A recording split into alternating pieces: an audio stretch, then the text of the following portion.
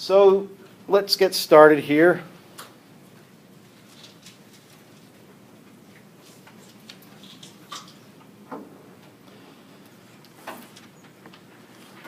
All right, so we are what we do, right, in many ways. So we determine ourselves morally by those actions that we do that come from the will. And we can reflect on the young rich ruler who says, what good must I do to enter eternal life? I mean, it's a pretty easy question. It's the one that if we don't have the answer to. So, as Catholics, we struggle with this fact that we can't just do good works to get to heaven, right? We're not Pelagian.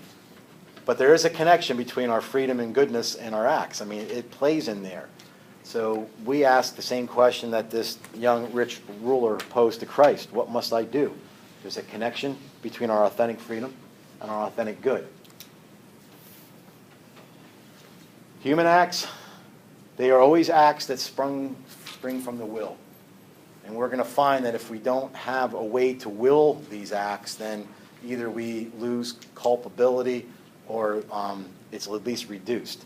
We'll see that as we move on. Now, human acts are not the same as acts of the human. Okay, there are many acts that are human that have nothing to do with our will. We all get older. Our hair grows. Our eyesight goes.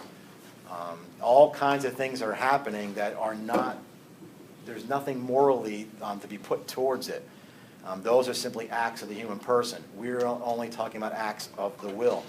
We'll see later, towards the end of this, and I'll just say it now, that we often use the term with animals, like good dog, bad dog, but we don't mean that. If a dog goes to the bathroom inside, he's doing or she's doing what a dog does. Now, people might say, well, but aren't we like them in so many ways? There's some people that say because, we share such a genetic makeup with chimpanzees and such that we're very close morally to them. Well, all those people, they say that, but I've never seen them put a monkey on trial. They don't hold them guilt, for something. So animals do what they do. With us, there are things that just simply happen as human acts. They're not acts that we're going to bring morality to bear on. So we will use words like goal and desire, the good, pretty much as synonyms. And they're always, pointing towards some particular end. We could pursue them for their own sake, or we could pursue them for the sake of something else. So as we move on here, just so you know, when I say the human person is inclined towards this good, it depends on how I'm saying it. I could just mean that's what they desire. We all choose things. We believe as Christians that God is the ultimate good. I mean, that's the ultimate happiness that we're moving towards. You hear St. Augustine in there, right? Not that it's that important, but, for us, the way that it would be said philosophically is because we're rational, we could be immediately oriented towards God. You don't need to know this, it's just to be thorough. The non-rational beings, they relate towards God and move towards God, but it's all with their instincts, something within their personal natures. And if somehow, I'm not saying that, orangutans and such share in the same divine plan as we do, but if there is any culpability towards them, it would have to be only in the way that they share rationality, and we know nothing of this. There's no revelation about that. Now, and a lot of this is obvious. I don't think this is anything profound yet. The good that we choose, it could be proximate. In other words, it's something very immediate, or it could be more remote. It's something we're working towards down at the end. I have some examples. So we study. That's an action that we're doing. We would say a proximate goal of studying is to get good grades. One, it's not a bad thing. Even though we want knowledge, we still want to be recognized for our effort. And we will then use the good grades for another proximate end. It's a little more remote from studying, but we'd actually like to earn a degree. We want to be vindicated for our knowledge. Because believe it or not, they won't believe you if you just say, I really do know this stuff. They want to see a degree. And we're hoping to use these degrees either for employment, maybe particularly for you in the diaconate program, you're using them in your ministry. And we always keep in mind our ultimate goal.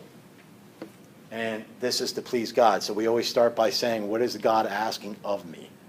So we can then relate these initial proximate goals to our end. So even though employment might be a rather remote end from studying, it's still an end. It's something that we're working towards.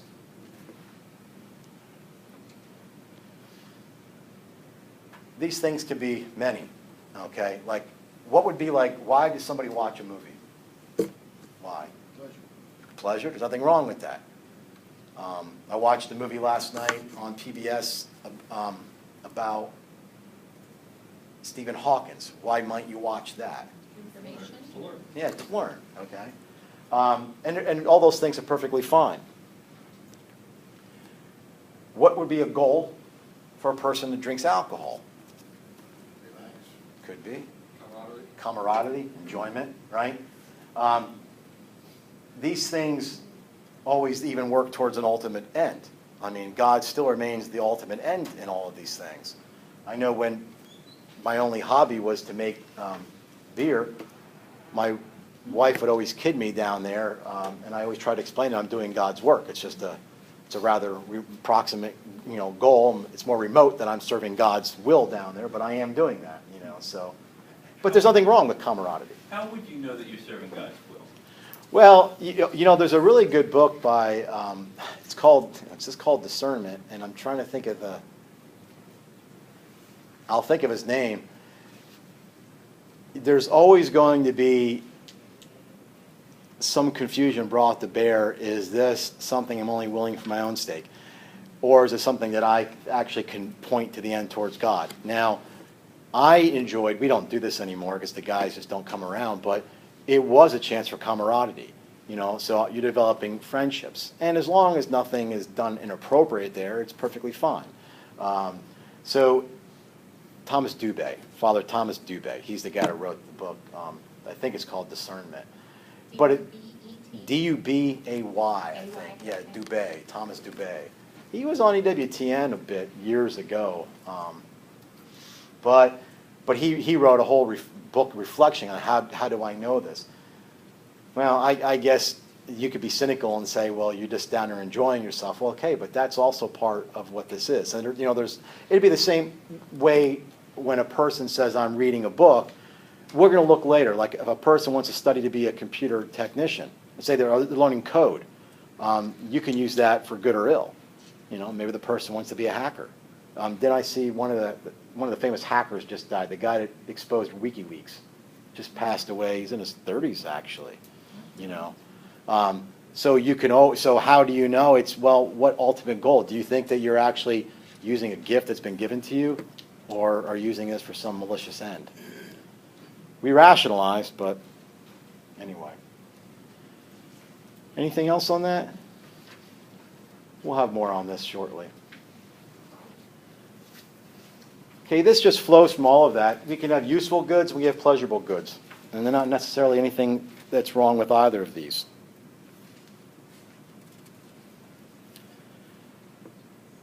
The lower faculties can condition or promote action in the higher faculties. All I mean by that is that we have to make sure that reason's being brought to bear on this, that we're not being controlled by something instinctual.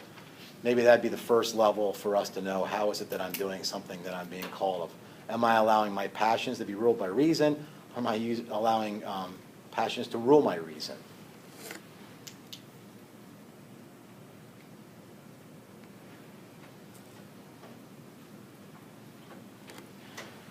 So there's a lot of things to be brought to bear on our moral life. We have a lot of instincts that we use and also fight against. We have senses that are brought to bear. And oftentimes many things that we're choosing could be, because of the amount of pleasure that we feel we're going to get from it, or the amount of pain that we think we'll either avoid if we do not do it. So the useful goods, we find them conducive to attain another good. And I'm trying to think if I have,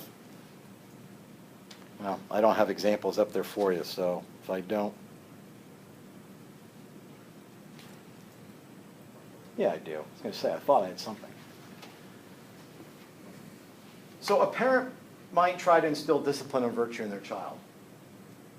And we find those as a useful thing so that we can develop within this particular individual, you know, I guess from the sacramental understanding of, you know, our relationship with God and the church.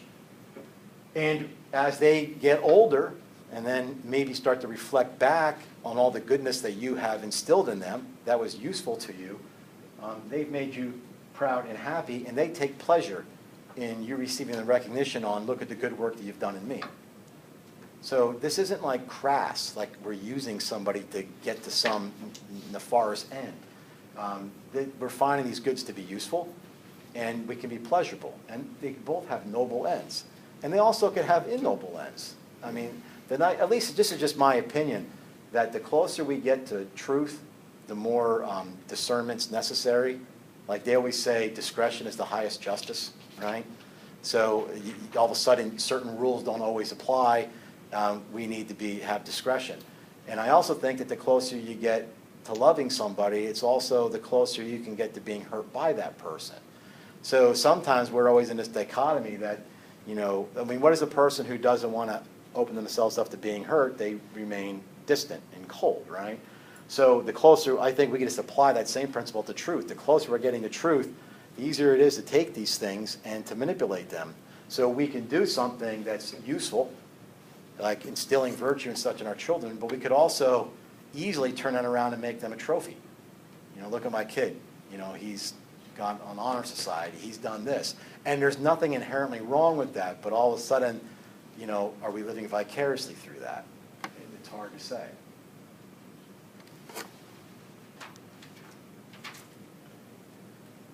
There are genuine goods and there are apparent goods. Because remember, we're using the word good not as in good and evil, but as in a desire. So there are times that it appears good to us. And other times it really is good, and sometimes it is not good. It just had that apparent look. So a genuine good, and by illicit means moral, licit means good, as long as it conforms to our ultimate end. So again, this will take some serious discernment on our parts.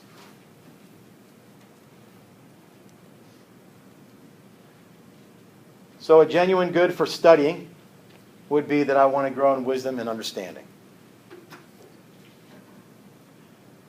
A genuine good for a sexual act is I want to express love and unity and fecundity to my spouse. So these would be genuine goods that we are working towards. Apparent goods are just the opposite. They're not ordered to man's ultimate end. Remember what I said earlier, that if we want to find ourselves, we must lose ourselves. And by losing ourselves, we have to repudiate ourselves as an end. And we have to make God the ultimate end.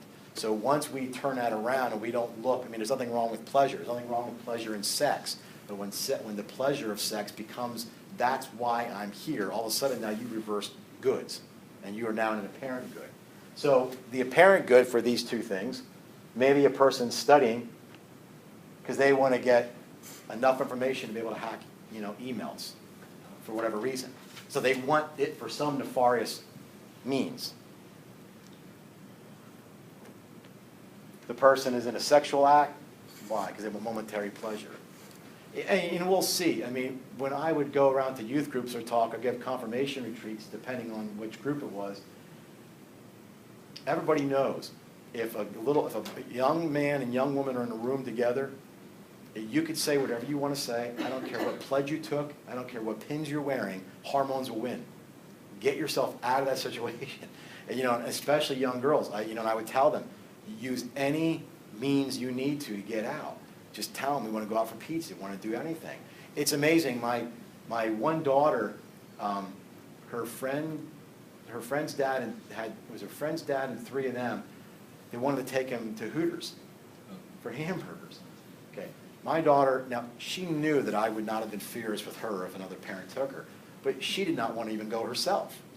So she kept suggesting something else, and the parent wasn't biting, and then she finally said, she just used me as an excuse. You know, my dad will ground me if he finds out I'm here. Please do not take me here. Oh, well, I don't want to get you in trouble. You know, so in other words, she found some way to manipulate the situation. So but the father there wasn't doing something he saw as evil. He thought he was going for, I don't know what they serve that are good, wings or hamburgers, and he gets some pleasure while he was there. That sounded as bad as it hurt. It sounded coming out of my mouth. So, but you know, nobody's going to say, I'm going to do something evil. They're doing something that they find pleasurable, something they find desirable, something they find as a good. It's an apparent good. And you're going to hear arguments. Well, what's wrong with me having pleasure? There's nothing wrong with you having pleasure, but it's an objectifying these young women. But they're not there against their will. You can't even repudiate your own freedom in that way. I mean, this doesn't work like that, you know? Which, that would make prostitution, everything else is perfectly fine because, you know, we could talk about are they really voluntarily there, but even if they were, it doesn't matter, right? So anyway. So if you pick up on any of this, you could see why the Catholic Church teaches that evil is a privation. And by a privation, I don't know if you've had any of this, any of the other courses, it's almost like a buttonhole. It's where goodness should be, but it's not there.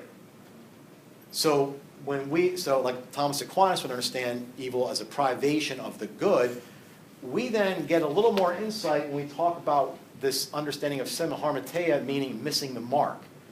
The archer is not just shooting at a totally different, you know, target.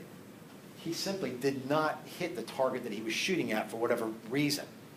Well, it's the same way. This is why it gets so hard for us to communicate certain things as a church to other people, is because they see anything that we are calling, you know, evil as something that's opposite. They don't understand, like, why is it that I love this person just because we're not married?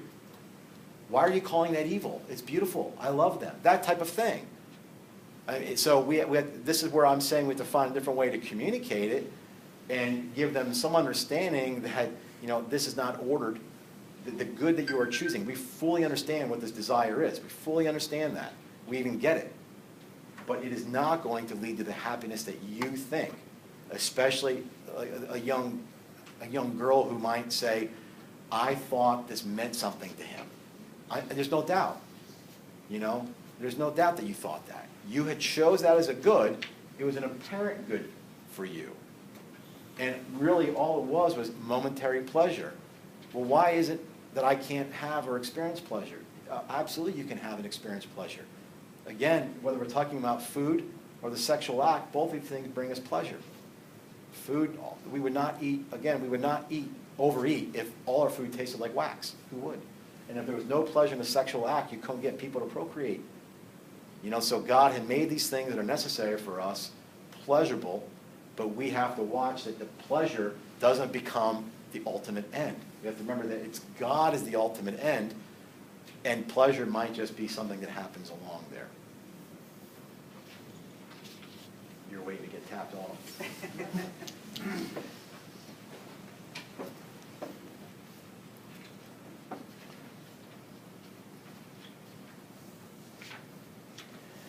Now, this is not trying to make excuses for people, but the reality is that we all are not fully culpable for every act that we do.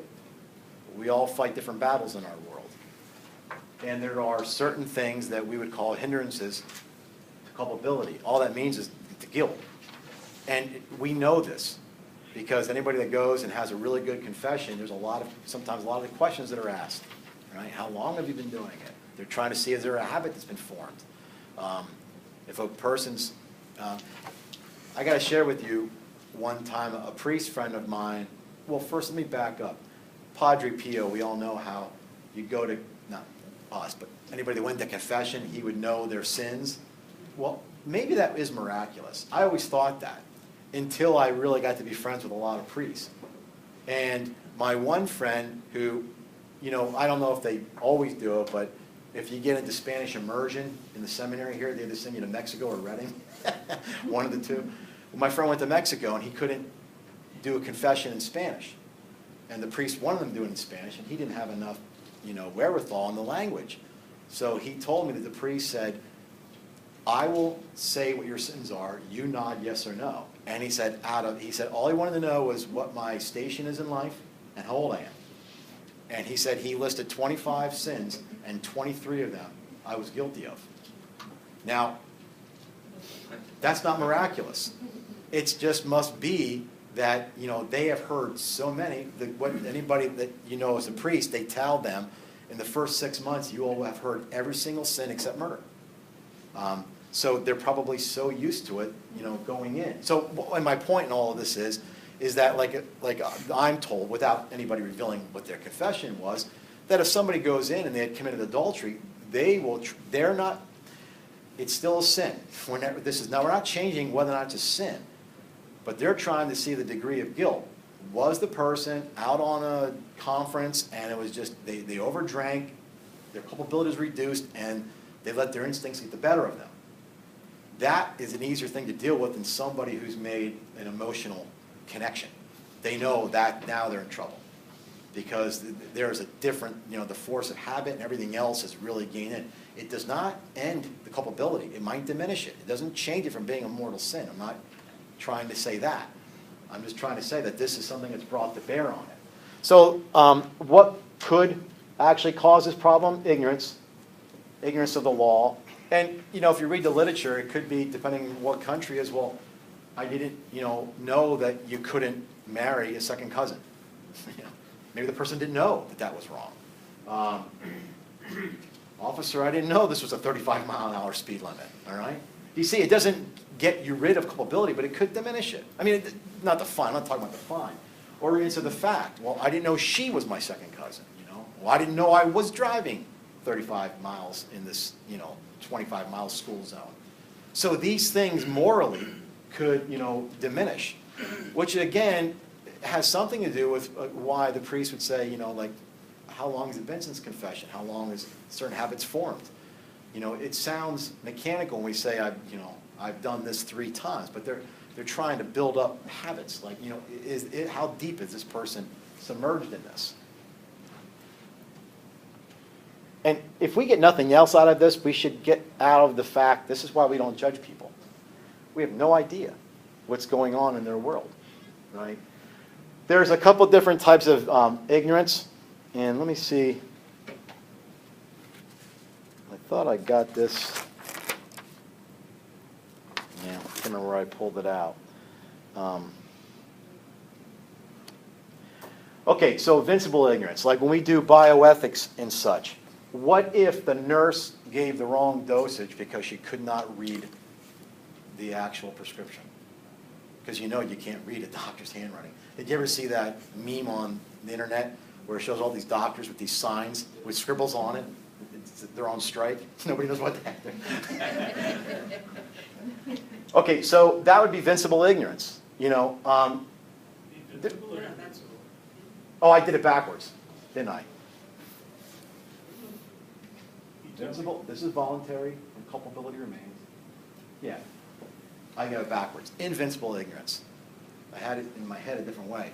That would be like the woman, the nurse writing a prescription. She misread it. She thought she read it right, but she misread it. Okay? I'm not talking about legal or anything, but morally, it's involuntary. Now, it would be invincible ignorance if she couldn't read it and just gave it a shot. For whatever reason, I'm busy, I'm not going back to ask, and it turned out that now you have more culpability in there. Okay?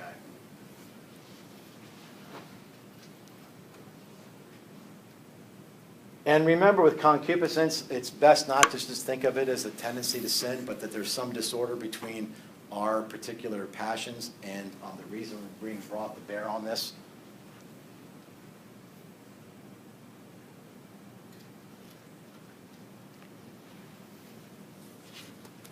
They will call it antecedent if it's spontaneous. That can reduce culpability. Can you give an example? I am. I'm trying to think. I didn't put any in my notes. Like But let me. on spring break, I'm trying. Let me see. Let me put them next to each other. So arises from consent of the will. I would say the antecedent, when it's spontaneous, it could be when certain passions like anger and fear and such might arise. It could be maybe even on spring break too. Although that, you're putting yourself in that situation, that would probably fall into consequent. Caught by surprise. I had to go for an ultrasound today, and boy, the guy just started talking about theology. It was like kind of, it's funny how that stuff works out. And he had said, what was it? Oh, he understood that it is a sin in Catholic understanding that if you even look at another woman or something, other sex, and that you find pleasure in that. And I said, well, God, I hope not. And he says, and he was quite firm. He goes, no, I'm sure it's there somewhere. I said, well, I know, I don't know everything. I said, but I'm pretty sure that's not there. I said, you know, you see, for the guys who like the old Italian actors, you know, Sophia Loren or Claudia Cardinale, you're going to say it's a beautiful woman. There's no sin in that. Now, if you're starting to play it in your head, okay, fine. So I guess it depends on what you meant by that. So maybe that will be an example. I mean, these things are spontaneous. There's not a lot of will being brought to bear. You're seeing something that's for whatever reason beautiful. Consequent is you're allowing your will to get involved. And you know, the young people always ask, like, when does it become a sin? You know, and it's funny because they want to know how many seconds. Yeah. It's like, what am I going to keep under that? I mean, what do you got, like time clock? You know, and I said, yes. I said, if that's what it is. I said, if you're playing a movie in your mind, you're gone too far. Okay, that's the idea. I said, don't get caught up in how many seconds. I said, that's a little weird.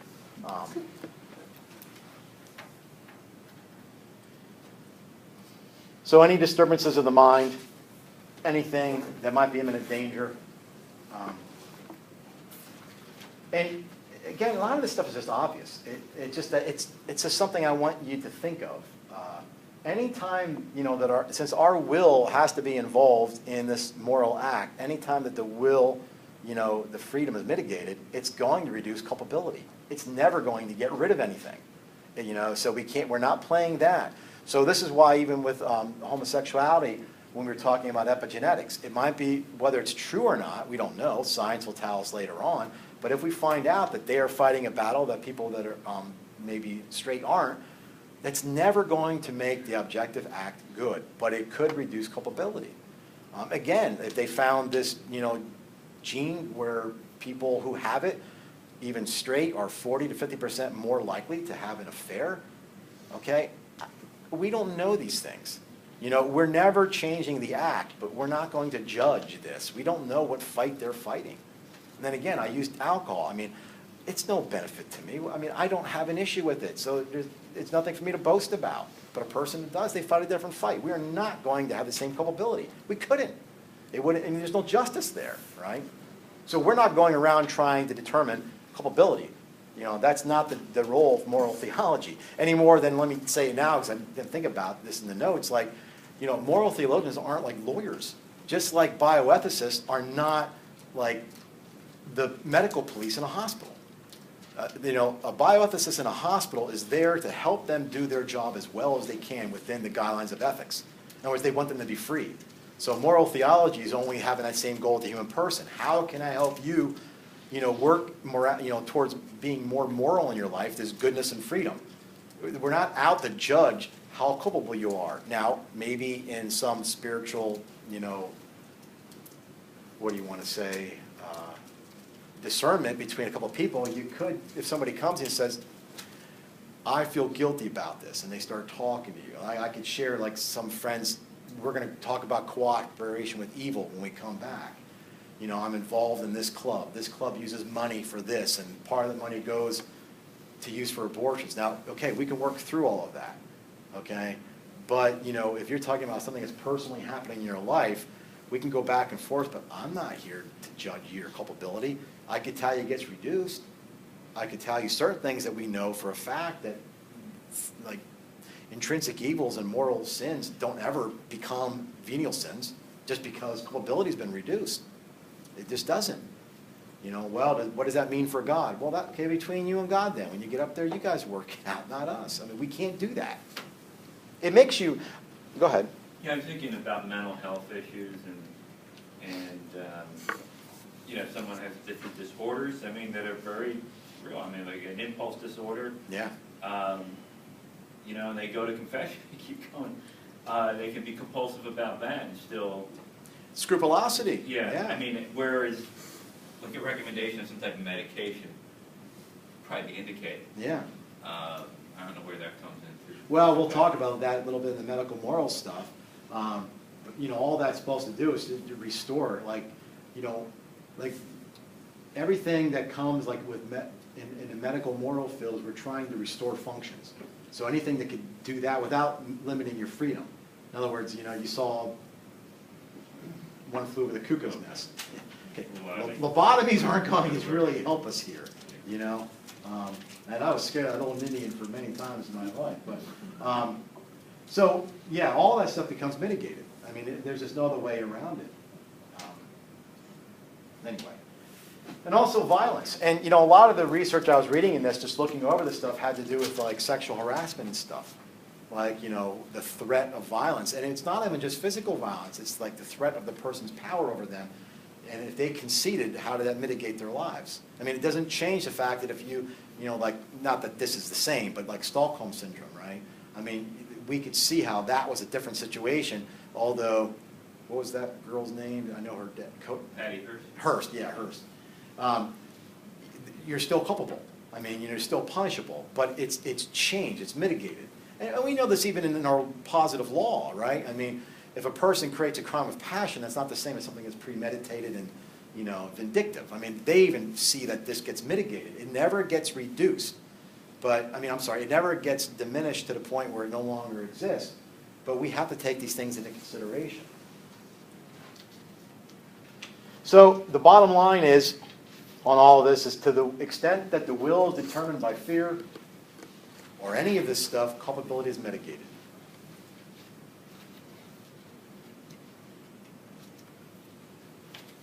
So for people that say everything's not black and white, this is what we mean. I know I have friends, even theologians, that they tease me every time they'd ask a question about morality. Well, your answer is always maybe. It makes it sound relative. There's nothing relative about Catholic morality. There's just so many factors that be brought in. And then we'll see, we're going to talk about the Fons next. If somebody says, well, is it wrong for two people to have sex? I don't know. Are they married? Well, yes, they're married. So is it wrong for two people who are married to have sex? I don't know. What do you mean you don't know? Are they married to each other? Yes, they're married to each other. I still don't know. What was was it consensual? Do you see? There's nothing relative about that. It's just that there are so many factors that have to come into play before you can make some determination. We could make a determination. It's not like we can't. And we have good criteria.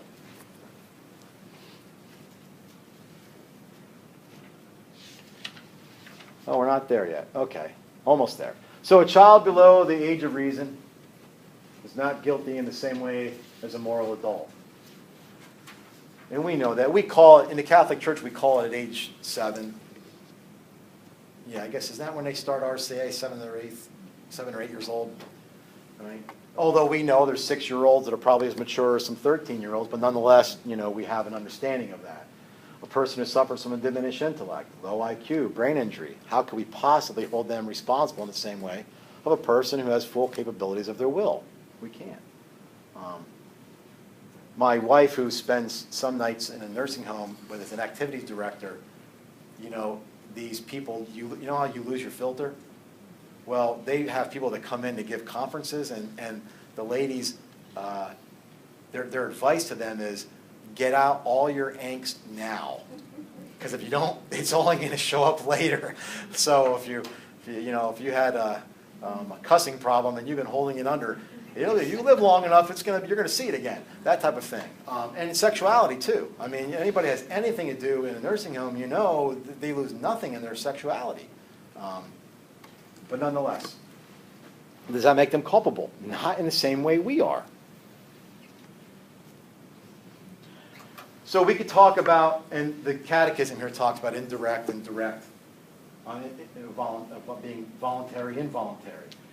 You know, if a mother has, you know, there's some accident that a child has been involved in the home, and it turns out that this woman is working 2 jobs and she's absolutely exhausted, and she just simply could not, she just fell asleep sitting on the couch. Okay, you know, there might still be issues there, but we understand that there was no direct cause for that moral instance, and it was totally involuntary on her part. She might still be culpability, you know, should have planned ahead, but we see that different, right? A lack of sufficient care can be tolerated, even if we don't will it. We just understand that this is tough. You know, people losing, anybody that has young kids, and then you go and you see young kids running underneath the clothing rack at, you know, Bon-Ton or something, or they're getting out of hand at, you know, at the pizza place. You get that. You don't sit there and make a flat-out judgment, why don't they get their kids under control? Because you know sometimes if it's around nap time, these kids are loose cannons. They're all over the place. So anyway. So it also, like, you know, the reason why we could run into a burning building to try to save somebody. You know, if we did lose our life, that'd be totally involuntary. There was a plane that went down, I can't remember where it was, in the last 5 or 6 years, and there was one guy, every time they came over to rescue him, he would say, take the other person first. And he was attached to the fuselage, and before they got to him, it went down. You know, how heroic. So nonetheless.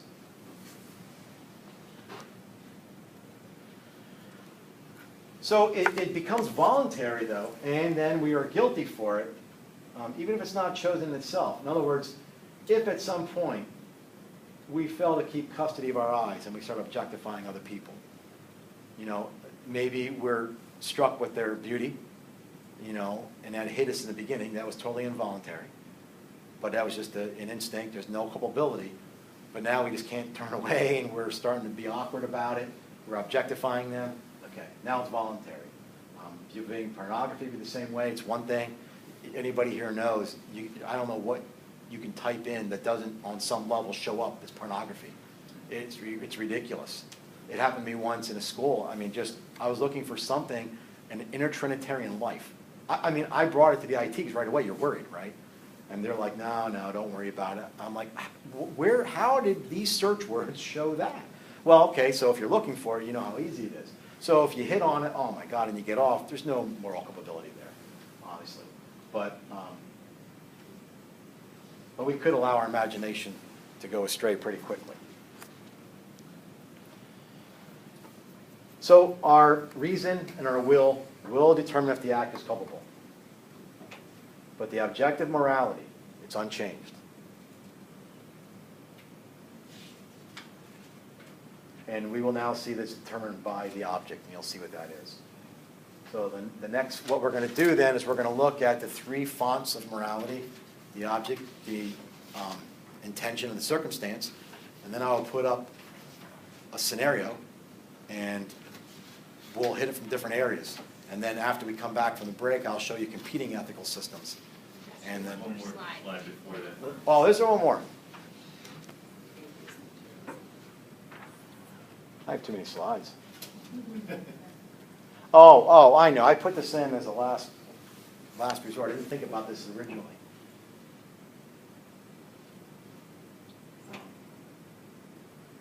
If we don't have free will, it's a game changer. I'm out of business. Because what do you need morality for?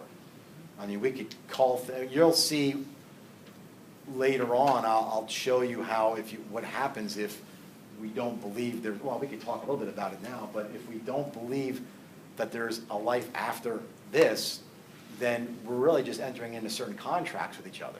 I'll show you what I mean by that. So an atheist might say, well, there's no liberty in man. I mean, if you're a materialist, you believe everything that happens is done by some sort of instinct. So we're going to have to say, how do they treat ethics consistently? And I'm going to go into more of this later. This is not asking, can an atheist be moral? That's not the question. It's where are we getting this morality from?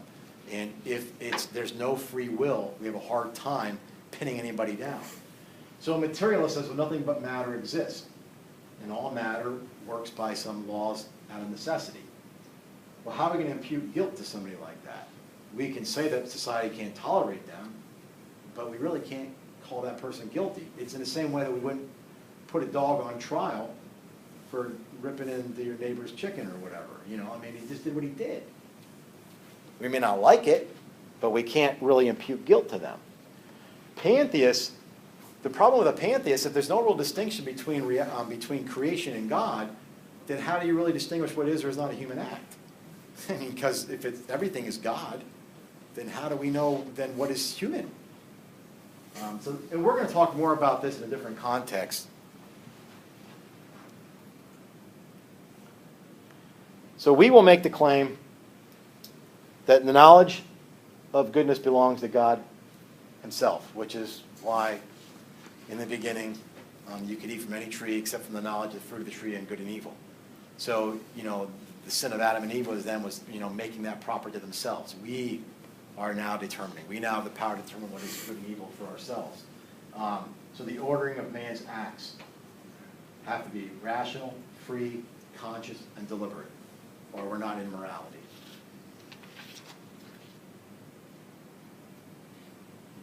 You know, if somebody held a gun to your head and said, I need you to shoot that person or I'll shoot you, you know, we're in a scenario there that's, you know, a person may or may not be able to act their wits right. There's a lot of psychological factors, and there's a lot of other things that mitigate stuff. If anybody remembers the old four humors, you know, melancholy, all that stuff, forces of habit, there's so much stuff that comes in on it. The only thing we have to be careful is that we're never being relativist. We're never saying that these things change something. They only change our guilt.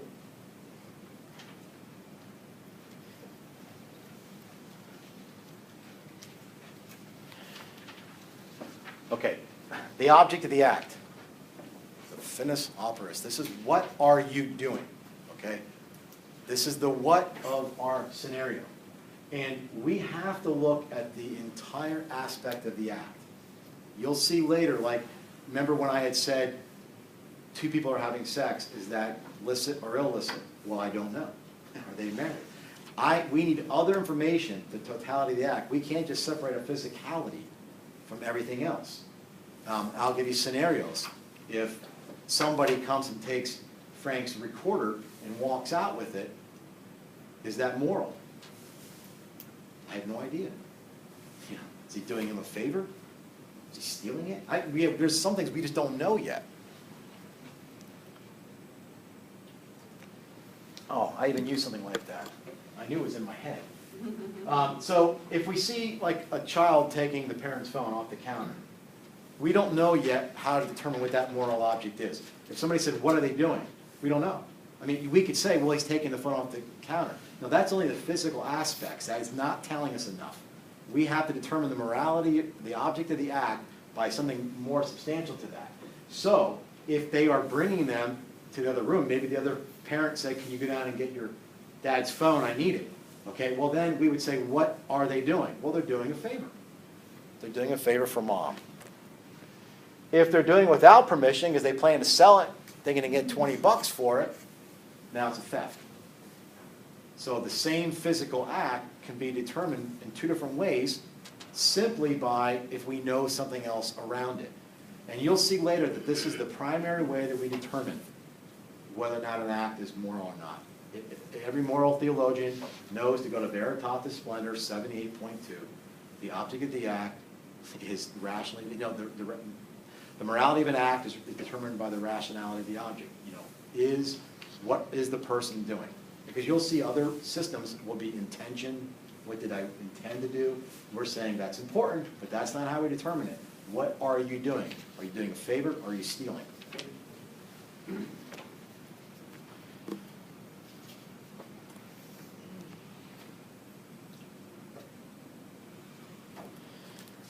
I probably had other instances too. Let me see.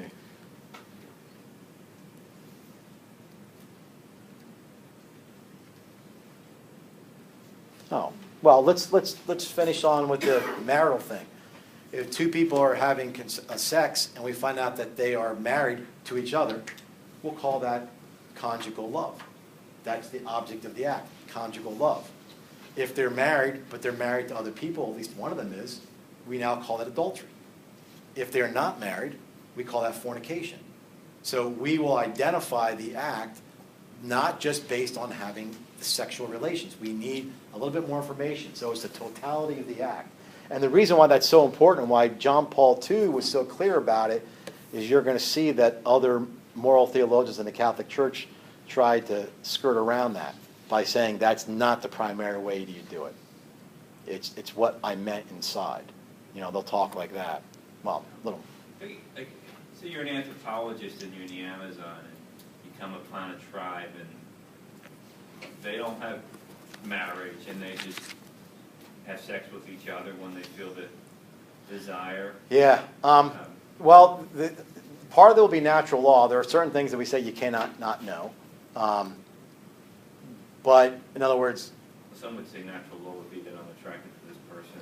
yeah. Now we'll have to make the difference though, because that wouldn't be natural law. That would be like what they feel naturally. So we're kind of equivocating a little bit. Natural law, at least according to the ancient Stoics and then Thomas Aquinas, it's what can I determine universally in the human person. So and we'll talk about this in 2 weeks coming back, but part of it, as a heads up, will be I will choose good, avoid evil. I have a natural inclination of procreation, but it also has to do with raising the child. I mean, humans do not just have children and then let them out. Well, I'm thinking in this tribe. In that particular situation, I guess we would say that it's still unnatural. It's something you could not have known, but it's going to be mitigated by the other forces that are coming into contact with them on their culture. There's no other way to say it. Like, there was a girl from Pakistan on my daughter's softball team, just here as an exchange student. Okay, so she was exposed to Christianity for 1 year. She's going back to an impossible situation. I mean, for her to live out some sort of Christian faith, but St. Paul says in Romans 2:12, Romans 1:20, the law written on the heart. And he says that's why even, Gentiles will be held accountable. And if you have no law, then you'll be, either, how does he say, vindicated or, penalized and forced by that law. And if you do have the law, then you'll be under the law. So Gentiles and all us alike. So we'd only extend that to those cultures. I get it. Part of this is, it would take us longer to articulate, and this is part of the problem, because I know I have siblings who would say, the reason why we're Catholic is because we were born here. If I was born in that country, I'd be this. And now you're saying I'm going to hell. No, the Catholic Church does not say that. You are going to be held accountable according to your adherence to the law written on your heart. If somebody wants to interpret then what if they have multiple partners? Is that okay? Okay, no, it's not okay. To the point that you are held guilty for it, that's between you and God. They try to make the claim that if it's happening there, why can't we do it then? In other words, well, you're saying that they're not going to hell for that? No, I'm saying I don't know. I'm saying it's objectively wrong, but it could be the force of the culture and all the other factors has mitigated a certain level of culpability. But that's not our situation. We did not grow up in that area. So we can't use those arguments to say, well, then, if they're not going to hell, then I'm not either. It doesn't work like that. But it's not an easy thing. I guess we're judging the act, though. Well, we are, but you're gonna see there's other things that get brought to bear. It doesn't, like, the circumstances are totally different in that situation. The circumstances will never change the object of the act, but they could increase or decrease culpability. In those particular situations that maybe they have. Look at somebody who was sexually abused as a younger person. They have a higher tendency to sexually abuse somebody else. That, even though it's not a culture per se, it's still going to be something that's brought to bear on their powers, a fight that I didn't have to fight. So we will not call sexual abuse of a minor a good thing. We do understand that their guilt may be reduced, but it never changes the morality of that particular act. It's not going to be a real convincing argument, but it is, the only other, and the reason why natural law is brought to bear, because without natural law, you're going to have cultural relativism. There's no other way around it. But anyway. And Adam, I was thinking the other time you were talking about using contraception. If you're using that, I think you said should you try other things? Like if you're going to use it, say, for reducing excessive bleeding or mood swings. The reason why you don't is because it's no longer contraception if you're using it for hormonal reasons. The object of the act, like and I could tell you from very personal experiences that if you have a young person who's tendencing towards suicide, and they've been going through therapy, they had an attempt, they were treated, they are now in like a year and a half of therapy, and over the course of this therapy, the therapist has recognized that there are certain monthly cycles that are affecting this young woman. Okay, now, should you try everything else first? But if you try hormonal therapy, the object is hormonal therapy. It's not contraception. And especially in a situation like that where you want this person's safety first, right? Now, if it was a married couple, you might recommend them trying something else first before going to contraception? Like for what? Like a married couple, like, I don't know. well, they couldn't use it for contraception. See, that would then be, the moral object would be contraception. If the wife had something that, like a pill might help. Oh, well, no, even in that situation. Like, I could tell you, like, my wife had suffered from ovarian cyst. Now, she did not go on it, only because she's, like, more natural, like, in the way she thinks. But she could have illicitly went on, what we wouldn't call it contraception. The OBGYN, they call it that anyway. But it's the same thing, because the idea is we need to suppress ovulation in the woman to give that organ a rest. Okay, so at that point, now if you thought, hey, well, while you're on it, now we can have intercourse and there'll be no chance of child. Now you've now changed the moral object to contraception, that type of thing. By the way, that's one of the critiques of this, all right? Like when we start talking about frozen embryos that are cryogenically frozen, is it licit to have the mother to take them back? Well, are we circumventing the conjugal act or is it rescue? It's a lot of times it's how you make the call. And that's some of the critique against this. Is this a word game? I don't think it is, but I get on some points without the direct revelation behind this, yes, we're making a call, but we're making a call based on the morality that's been revealed to us. Okay, so anyway, there's a lot of intentions that can be brought to a single moral object, right? I mean, we have no idea, even though, like, the kid who's taking the phone off his mom's counter, we said that if he's doing it as a favor, that's great. Maybe his intention is to be helpful. I just want to help mom. Or maybe his intention is to score brownie points. You could derail this by having the wrong intention, just like you could in a sexual act, even between two married people.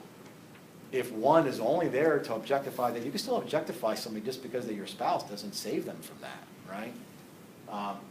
So there's a lot of things that come to bear, and we never just have one intention. We already talked about proximate and remote and ultimate ends. So there's a lot of things that can be brought to bear. We're not going to be scrupulous, right? That was the claim against Martin Luther, that he struggled so hard, and they say that he followed Occam, right? So which is why he was more into the obligations and such. But we hear that he would go into his confessor, confess sins, come out. I mean, at least some of my friends who are Lutheran ministers would say such, and then he'd want to go right back to confession again. Well, that's scrupulosity, I mean, at some point, just relax a little bit. And his confessor would tell him that too, which is odd because he never lost his confessor through like all that struggle and such. Okay, so if the person, now this would be a bad thing. So the person, could be doing their mom a favor. It's a good moral object, but they're doing it to score brownie points. That's not good, right?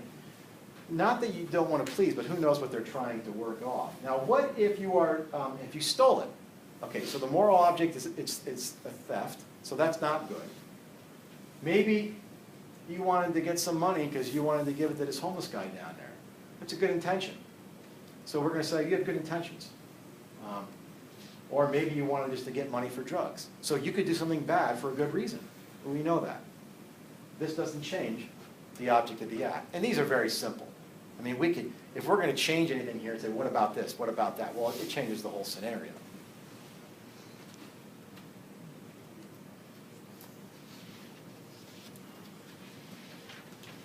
The last is the accidents. These are the who, the where, the how, the when. They're always secondary elements.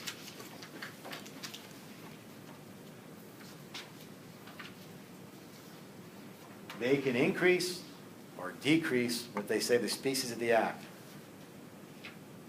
They can affect the moral weight, culpability. they will never make an illicit act good, okay? They will never make an illicit act good. And there are some ethical systems that just look at circumstances. So let's go back to the same scenario. We see the child taking the phone from their parents' counter. Again, either doing a favor or stealing. Maybe they were going to help an underprivileged person. That's good. Maybe they're just scoring brownie points. Not good. Get money for drugs. Not good. All the circumstances. It was a son or a daughter. They were in a good or poor relation with their parents. They were welcomed in the home. Maybe what day it was, what the date was. Maybe they, in fact, they needed money. All these things get brought to bear. In other words, even a couple who's experiencing conjugal love, right? If we declare the object is between a husband and wife, married to each other, it's conjugal love. What's their intention? To give themselves to each other faithfully and fruitfully, but they're doing it in a place that's not necessarily private.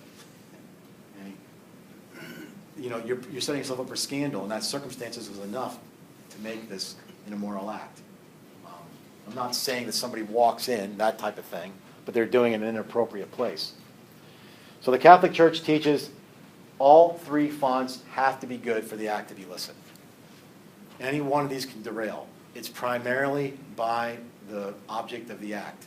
That is primarily how an object is determined. If we'll see later, if that's an intrinsic evil, you don't need to go any farther. We already know that it's bad. We don't need to find out all the circumstances for adultery. We know adultery is bad. But we also know there's many intentions that get brought to bear. So this is the Catholic Church's way to determine the morality of an act. They try to take what's happening. They try to say, why is the person doing it?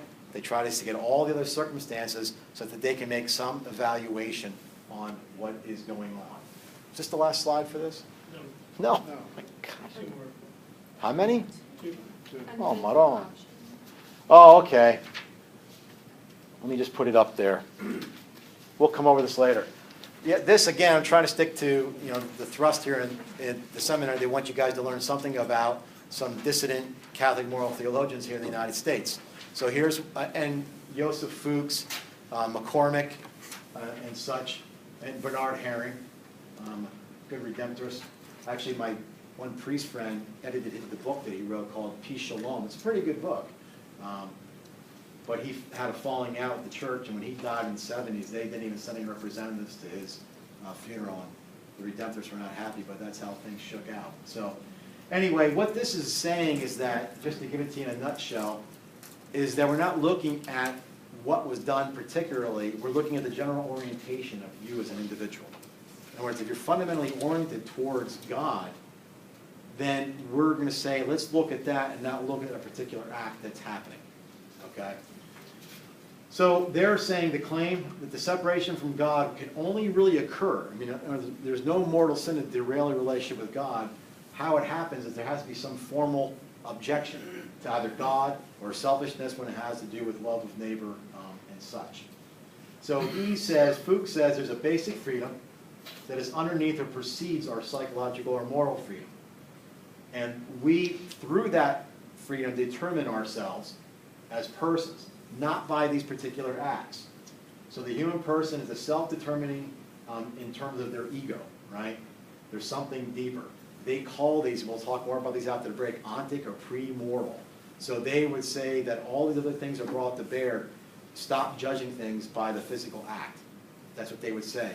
We're looking at intentions and everything else that's behind it. So what this does is this denies mortal sin. John Paul II railed against it in Veritatis Splendor. There's other people. Now, people won't use terms like the fundamental act. Theologians will. The average person will just say, basically, I'm a good person. Like, that's enough, you know.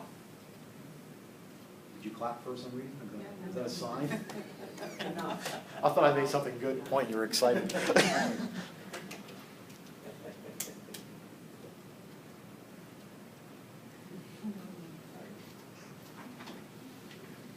So what it does is it denies an intrinsic evil. And you read part of that in some of your readings, I think, the last week. So anything that's contrary to divine or natural law, it is evil always and everywhere. There's no circumstances and there's no intention that can make it good, even if we understand it. I mean, even if we understand that this woman may have been in a loveless marriage, maybe there was no emotional support from her husband, and she found emotion and comfort in the arms of somebody else. It's not like we don't understand that. But that is still adultery. Okay, the circumstances, the intention, her intention was to seek an emotional commitment with somebody that she can love. It's a very good intention. It's adultery. That intention does not undo it. And the reason is we're told they are incapable of being ordered towards God, which is our ultimate end. So it disqualifies everything. And this is not exhaustive. I'm not going to read them. But if you read enough documents and encyclicals and articles from the CDF and such, you'll see these things pop up. There's nothing that makes direct abortion, or what we call procured abortion, good. Nothing that makes, voluntary direct euthanasia. We'll learn that terms later. Embryonic stem cell research. Yes, you may cure the world. We'll see later. It's a different ethical system. And any of the stuff, like you see suicide and such, we use the words voluntary because we don't know how culpable the person is. Nonetheless. Okay, no slides? Okay, let's take a break.